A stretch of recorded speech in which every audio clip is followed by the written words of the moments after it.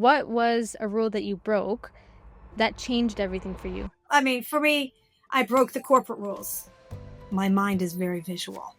So I think imagination, fortitude, resilience, believing in the possibilities and making the impossible possible. It hasn't been an easy path because it's not linear. And when you're doing things that don't exist, you got to believe in yourself. Behind like all of everything that you've done throughout your whole journey, were there moments that made you want to quit? Welcome to the Young Leaders Podcast. I'm your host, Malina, and I'm 15 years old. Today's guest is an absolute powerhouse. She's the CEO and founder of the Female Quotient, where she's built a global community with over 6 million women around the world. She's led major events across the globe, been named one of LinkedIn's top voices, and is changing the game for equality in business. I'm super excited to welcome the incredible Shelly Zalis. Mrs. Zalis, welcome to the Young Leaders Podcast. How are you doing today? I'm so excited and inspired to be talking to you. And you're not a young leader, you are a leader. And so it's already very clear. You've got the energy, you got the voice, and you have the purpose and the passion. So take it away. Thank you. Thank you so much, Miss Alice. I'm super excited to have you on the show today. Before we start, I want to let our viewers know that there is a really fun Would You Rather session at the end, so make sure you stay tuned and listen to the whole podcast. Well, Miss Alice, we'll start off with a mystery question. Are you ready? Always ready. If your younger self left you a hidden note for today, what do you think it would say? Be you. Wow. And why do you think it would say that? You know, so many times we all try to be someone else, especially in social media, looking at other people's lives and what they do and what they say and how they behave. And at the end of the day, we all bring value to the table. And so, you know, my favorite quote, or one of my favorites, is Oscar Wilde: "Be yourself because everyone else is taken." If we were all the same, we would be unnecessary. So the note just said, be you, because you're amazing. And none of us have it all, but we all have our values. And when you bring that collective value to the table, we have it all collectively. And so I think we should stop trying to be someone else and be very confident, comfortable, and happy that we are made to be exactly who we are. Wow, that's incredible. I agree 100%. I feel like when you try to be others or try to be someone else, you end up losing a part of yourself, and it's much harder to get to be your authentic self after. So if you start when you're younger, now, any moment, I think it's really important for us to figure out that what we bring to the table is our own unique, I guess, skill and gift that allows us to help each other and everyone else. Yeah. And, you know, you can fake it once, you can fake it twice, but you can't be someone else consistently. You're not in their body, you're not in their head, you know, and so own you, and brand you is a great brand. Let's start off by going down memory lane. About when you were younger, maybe around my age, what were some of your hobbies and some things that you liked to do? How old are you? I'm 15. So I loved playing tennis. I was a tennis player. And I love sports. So sports has always been really important in my world.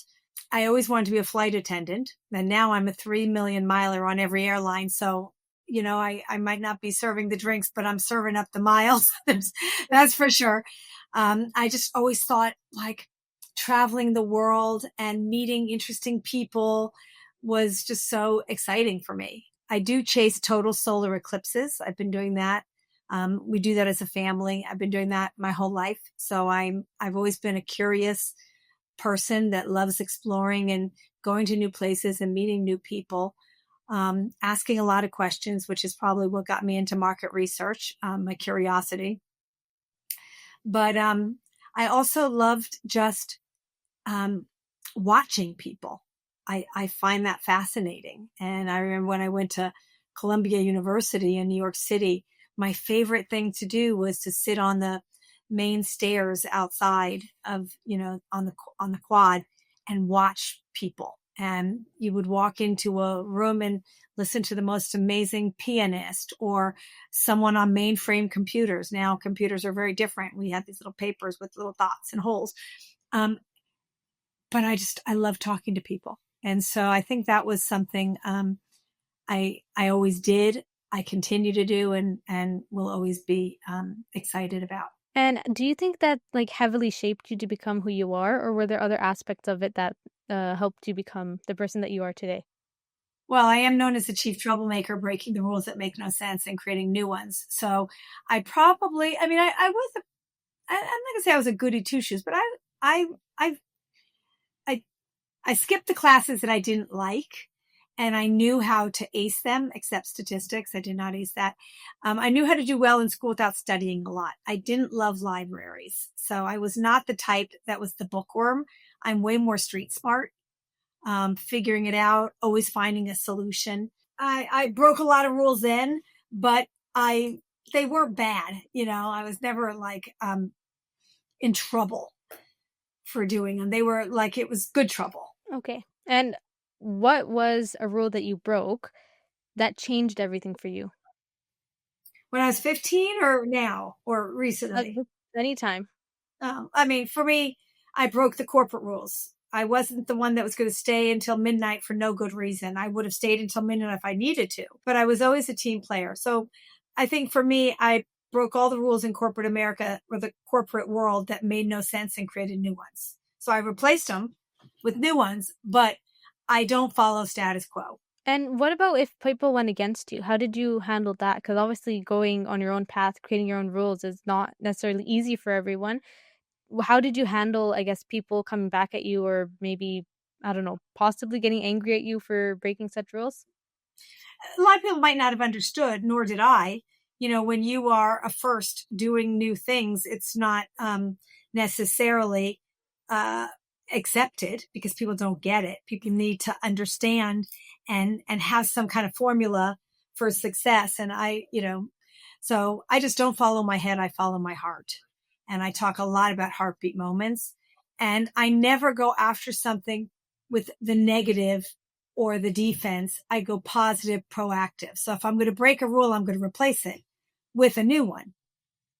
And hopefully get the pack to follow, because when the pack follows, you can create transformation quickly versus waiting and watching. I don't have the patience to wait and watch. I kind of feel like, oh, well, that just doesn't make sense. So what if we did it this way? Right. And so I'll always offer solutions because I always believe there's a solution to every problem. You just have to find it. And sometimes it's not the path that everyone else takes. It might be the path of possibility, which excites and delights me to no end. Okay. And when you were talking about like the book smart and being street smart, what do you feel like is more important in this era specifically? Street smart. You can use Chat GPT for book smart you don't need to remember statistics or whatever. You can find that. But I think street smart it's the common sense, and it's how you learn to zig when others are zagging. You know, it's that resilience. Where does resilience come from? And I think you need resilience, to get ahead in this world today. And you need to understand your why. And that's not in a book. A book is factual. When you read novels, it's great for your imagination. So I think it really, is important to have an imagination and reading books. I'm a big dreamer. I think in pictures. So my mind is very visual.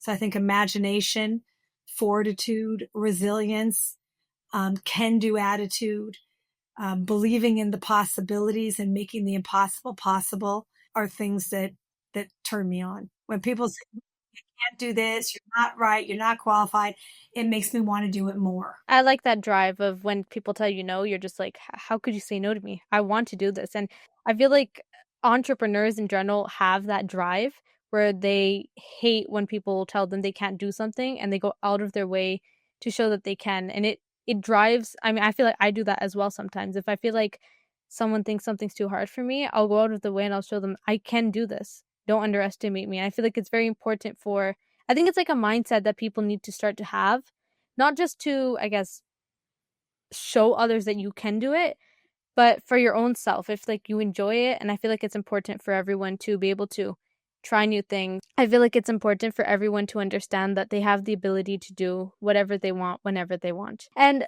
behind like all of everything that you've done throughout your whole journey, were there moments that made you want to quit? No, I was never going to quit. Listen, I've had tough times, and it hasn't been an easy path because it's not linear. And when you're doing things that don't exist, you have to you got to believe in yourself. My mother always told me, you got to believe in yourself first, because if you don't believe in yourself, no one else will. But I never would have quit. When I was an employee from the age of 20 to 27 years old, maybe, the rules didn't work for me. And I thought, when I have children, I'm going to have to opt out of the workplace, because I wouldn't have been able to succeed. And then when I found my purpose and my passion, which was migrating research from offline to online, there was no stopping me. I was going to find a way no matter what. And it was going to be my way. And then I was going to make my way the new way for everyone, because I was so tired of being the exception to the rule. I wanted to become the new norm. And why did you start the Female Quotient? How did it start? Could you tell me the whole journey for that? The whole journey is going to take much longer than we have. The short journey, I was the only female CEO, top 25 in market research. And I never really had girlfriends in business. There was such a scarcity of jobs at the top. In my day and age, I'm 63. It was a long time ago. You're 63? Yeah. So no, you look like you're 30. Well, keep talking. But in my day, women didn't support each other. We didn't have girlfriends. We were dressing like men, acting like men, because that was the leadership in front of us. And you become what you see, or what the expectation is. And so after I sold my company a couple of times, I decided it was time for me to give back with generosity what I wish I had in my whole career, which was girlfriends in business, and to feel seen and heard. And even though I did not have a problem in business, I was very successful, thank God. But I was tired of going to conferences as one of few women in an ocean of men, where there was a long line in the men's room, but no line for the women's room. And you just kind of feel like you're different than everyone. And that assumption is not okay, that you need to be the same. And then you try to conform. But we don't like wearing men's shoes. I didn't want to wear men's suits. I want to be feminine with no apology. Sorry, not sorry. And, I think the final straw for me was when I was told there was no room for emotion in the boardroom, because after I sold my company, which had 250 employees, doing 60 million in revenue and operating in 6 cities, I sold to a company doing $2.6 billion in revenue, operating in 83 countries with 16,000 employees. They were moving my employees around like chess pieces, and tears came down my eyes. And I was one of 2 women on a board, a publicly traded French board of 25. And so after the board meeting, I was pulled aside and I was told there was no room for emotion in the boardroom. And my head said, agree. My heart, ba-boom, ba-boom, ba-boom, which I follow my heart all the time, said, do what you're going to do, which was give a speech in front of thousands. And it was called Bring Emotion to the Boardroom, ! Heart, heart, heart. And that was that I realized that I need to be in control and in charge of my destiny, and own it, and not hide it, and make the invisible visible. And I started rewriting the language and the perception to become the new reality. And it was getting sticky. And so as a result, when my 5-year contract ended after the sale, I decided it was time to create a safe space that women would be comfortable being women and supporting one another. And once I had over 6.5 million women supporting each other across 30 industries and 100 countries, I then evolved from Girls Lounge to Equality Lounge, the place for conscious leaders. And now that our brand is known and I say you get a hug, hello, and a yes from the community, it's now the FQ Lounge, the place to be, period. Wow, that's incredible. I mean, like the experience that you had to go through where they had to tell you that there's no emotion in the boardroom was, I feel like that's not something I completely agree with. I feel like it's important to allow emotion sometimes. People tend to make it seem like women are weak because they cry maybe a little bit more, but I feel like it's okay. It's like that's their way of expression. And men can cry too as well. I've seen men cry. I've seen boys cry as well. And no one goes like people will go up to them and be like, "Hey, you're a guy. You should not be crying."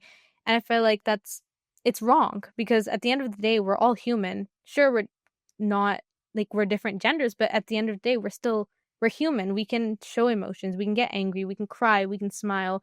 I feel like it's important for everyone to bring that in, whether it's to a boardroom, whether it's to school or their work or business and everything. See, age is a mindset because you're so beyond your years in age. It's truly, it's a feeling, and emotion is empathy and compassion and being human and being vulnerable. And I think that, we usually call those soft skills. I call them critical essential skills of leadership today, period. And I have to find my speech of empathy in the boardroom, emotion in the boardroom. I have to find that. It was really good. And this was so ahead of its time where no one was talking about vulnerability or compassion or empathy. And we used to hide that and be afraid of what makes us so remarkable. And I think the best leaders are caregivers, ones with caregiving qualities, because a caregiver is empathetic, compassionate, passionate, caring, all of those things that are so incredibly important. And yet we're losing our best leaders to caregiving. Yeah, I agree. Like there's no fun in going to a place where everyone has a straight face and they just give fake smiles just to get something done. It's more lively when you're laughing. You get memories there. You have fun. You'll always remember the time you had with your coworkers, with your business partners, with your family, friends, everyone. When you're laughing together, crying together, laughing, or well, when you're happy, every emotion that happens together, it's something that's more memorable and sticks in your heart forever. And when you're comfortable just being you, Exactly. no Exactly. judgment, this is who I am. Who are you? Like that's what makes the world go around.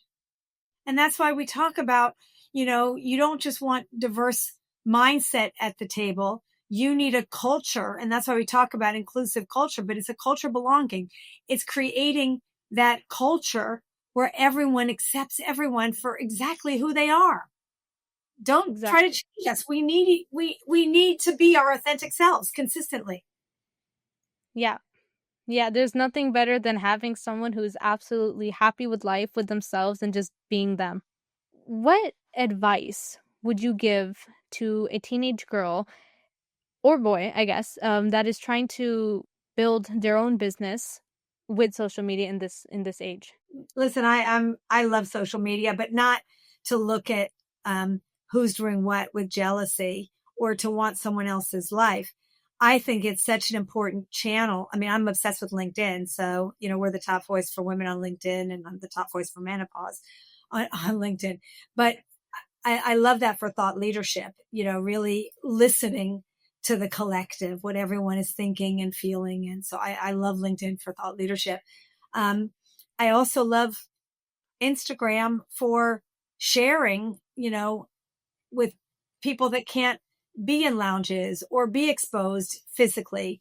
It opens up. It's borderless. It creates this boundaryless, community where everyone can participate with each other. And I think that that's so important. It democratizes, the visibility where everyone has the opportunity to see, to be seen, to hear, to be heard, and to connect. I mean, the power of the connection is remarkable. Yeah, I agree. Do you have like a favorite, I guess, social media that you would prefer for teenagers to use if they're trying to build a business or, I guess, share their knowledge? I am not in the teenage, mindset, so I'm not. Well, I mean, but I know you all are on Instagram and probably still on Facebook, Meta. TikTok, hopefully it's here to stay. I think TikTok is a great channel for that generation. I think YouTube is coming up. I think whatever channel can authentically connect with the audience that you want to pull you in. I don't think we're living in a push world. We're living in a pull world. So I think TikTok is probably what most of your generation uses. But I think LinkedIn is a great channel to get involved with too, because you'll find your next job there and you'll connect with the business community. I think the business community is on LinkedIn. Yeah, LinkedIn is probably my favorite app. I don't have Instagram, TikTok, or anything like other social media, so I don't know what everyone else does on there. But LinkedIn so far, I feel like is incredible. I've met amazing people there, just like you. The only reason we're connected is because we were on LinkedIn, and I feel like it's important for teenagers to start again getting exposed to LinkedIn more than some of the other ones. Yeah, for B2B, if they really want to learn business and explore and be curious and connect, I would say it's LinkedIn. And now we're going to get into the Would You Rather session. Okay. There's going to be 3 questions, and you're just going to answer them, and we're going to see how it goes. Are you ready? Ready. The first one is, would you rather have a unicorn as your personal assistant or a robot that makes the perfect cup of coffee every morning? Unicorn. The unicorn? Okay. Would you rather have a tiny dragon that cheers for you before every meeting or a llama that pops up and randomly during the day says random, I guess, leadership tips? Leadership tips. Okay. And the last one is, would you rather get business advice from a wise old owl or fashion advice from a flamingo in heels? Fashion advice from flamingos in heels. Yeah, I would probably choose that one as well. That seems I liked your questions. Those were fun. That was the point. I'm glad it made you laugh and that you had fun. I think you're awesome. I just wanted to know I think you're awesome. You're going to go very far. Thank you. Thank you You're so a much. national born leader. Thank you. Well, thank you so much, Mrs. Zalis, for being on the Young Leaders podcast. I enjoyed our conversation. Well, I'm going to have you interview some of my people with those questions. We should put those in the next, one of my next newsletters. So send them to me and it'll be brought to you by you. And let's see what kind of answers we get. Okay. Perfect. Okay. For everyone watching, thank you for watching this episode on the Young Leaders podcast. Make sure to stay tuned and don't forget to subscribe.